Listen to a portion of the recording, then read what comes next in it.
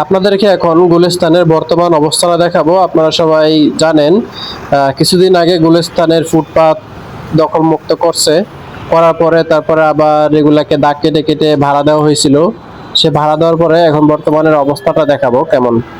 এই পল্টন থেকে একদম গুলিস্তানের ফ্লাইওভার পর্যন্ত পুরো রাস্তাটি এইভাবে উদিন সুদিন 12 মাস সেই জ্যাম লেগেই থাকে। এইভাবে পিঁপড়ার মতো এদিক দিয়ে আস্তে আস্তে আস্তে আস্তে গাড়িগুলো চলে।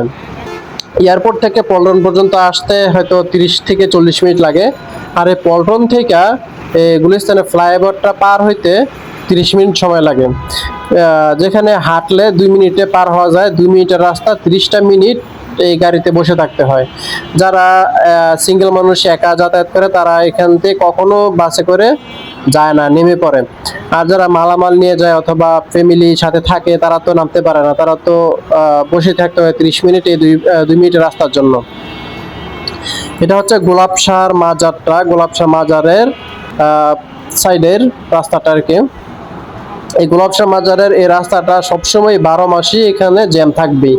তো যে জ্যামটা থাকার কারণটা কি দেখেন, ওই যে ফুটপাত অলরেডি দখল আগে থেকেই, তারপরে আবার ফুটপাতের সামনে দিয়ে যে রাস্তাটা এই রাস্তাটাও দখল করছে একদম পল্টন থেকে গুলিস্তানের ফ্লাইওভার পর্যন্ত। দেখেন এরকম যদি থাকে মানুষ কিভাবে হাঁটে। এখানে যদি কেউ কেনাকাটা করতে দাঁড়ায় তাহলে পিছু দিয়ে হাঁটার রাস্তা থাকে না, যার কারণে মানুষ মেইন রাস্তার মধ্যে চলে আসে, মেইন রাস্তা দিয়ে হাঁটাচলা করে। কারণ মেইন রাস্তা দিয়ে হাঁটার সময় তখন গাড়িগুলা জোরে চালাতে পারে না, তারা স্লোতে চালাতে হয়। এলোমেলোভাবে মানুষ চলাফেরা করে, কোনো শৃঙ্খলা নাই, কোনো কিছু নাই। যে রাস্তার মধ্যে যে যেভাবে পারতেছে এভাবে চকি বিছাইয়া বিক্রি করতেছে। এটা হচ্ছে গোলাপসার মাজারের মোড়টা, এদিক দিয়ে গাড়ি যাওয়ার কথা, এদিক দিয়ে রাস্তাটা, রাস্তাটা দিয়ে গাড়ি ওই পারে যাবে কিন্তু যাইতে পারে না। এদিক দিয়ে সবাই ব্লক করে রাখছে পুরো রাস্তাটা একদম ব্লক। এই যে দেখেন এটা কিন্তু একটা রাস্তা, সে রাস্তাটার মধ্যে তারা যাইতে পারতেছে না। আপনারা রাস্তা উচ্ছেদ করেন কিন্তু টেকসই রাস্তা উচ্ছেদ করেন না কেন? আপনারা মাসে একবার আইসা উচ্ছেদ করে দিয়ে যান, দেওয়ার পরে আর কোনো খোঁজখবর থাকে না। এইভাবে রাস্তাগুলো যদি ব্লক থাকে মানুষ কিভাবে এদিক দিয়ে যাতায়াত করে? দুইটা পাশে পুরো রাস্তা একদম ব্লক করা, একটু মাঝ দিয়ে খালি রাখছে, একটা রিক্সা আসলেই রাস্তাটা ব্লক হয়ে যায়। কিন্তু রাস্তাটা কেন তারা এভাবে দখল করে রাখবে? এটা মানুষের রাস্তা, গাড়ি আসা যাওয়া করবে। গুলিস্তানের মতো এমন গুরুত্বপূর্ণ একটা রাস্তা যেখানে সবসময় জ্যাম লেগে থাকে, সেই রাস্তার মধ্যে ফুটপাত এইভাবে বৈশা যদি দখল করে রাখে তাহলে মানুষ কিভাবে দিক দিয়ে যাতায়াত করে? গুলিস্তান হচ্ছে ঢাকার মধ্যে একটা প্রবেশ মুখের একটা রাস্তা। এই রাস্তার মধ্যে হাজারো মানুষ প্রতিনিয়ত আসা যাওয়া করে, যার কারণে ভিড় সবসময় থাকে। যার ভিড়ের মধ্যে যদি আবার এই ফুটপাত দখল করে রাখে, ফুটপাত ব্লক করে রাখে, তাহলে মানুষ হাঁটবে কোন দিক দিয়া? যার কারণে সব মানুষ এই রাস্তার মাঝখান দিয়ে হাঁটে, সেজন্য জ্যাম লেগে থাকে, গাড়ি চলাচল করতে পারে না ঠিক মতো। এই যে দেখেন এই যে ফুটপাতটা তারা কিভাবে নিজের ঘরের মতো, একদম মনে হয় যে নিজের দোকান নিজের ঘরের মতো একদম দখল করে নিছে। কাগজ দিয়ে মোড়ায়া একদম যার মতো করে তাদের দোকান বানায় নিছে। আর এই গোলাপসার বাজারের সামনে সব সময় এখানে জ্যাম লেগে থাকে, মানুষ যেতে পারে না। দেখেন রাস্তাটা পুরাটা কিভাবে জ্যাম লেগে আছে, মানুষ এই রাস্তার মাঝখান দিয়ে আসতে হচ্ছে, ফুটপাত দিয়ে চলাচল করতে পারে না। যার কারণে এই যে রাস্তা দিয়ে একদম মেইন রাস্তার মাঝখান দিয়ে মানুষ হাঁটাচলা করেন। বছরে একবার উচ্ছেদ অভিযান আসে, তো সেটা কেন আসে? যখন নতুন প্রশাসন আসে তখনই উচ্ছেদ অভিযান করতে আসে, কারণ সে তো আর টাকা খায় নাই, ভাগ পায় নাই, যার কারণে সে উচ্ছেদ অভিযান করতে আসে। যখন সে চলে যায় তখন তার কাছে যখন টাকার বান্ডেলটা নিয়ে পালায় তখন সে চুপ হয়ে যায়, আর এদিকে তাকায়ও না যে এখানে ফুটপাতের কি অবস্থা। যার কারণে আবার ফুটপাত আগের মতোই চলতে থাকে।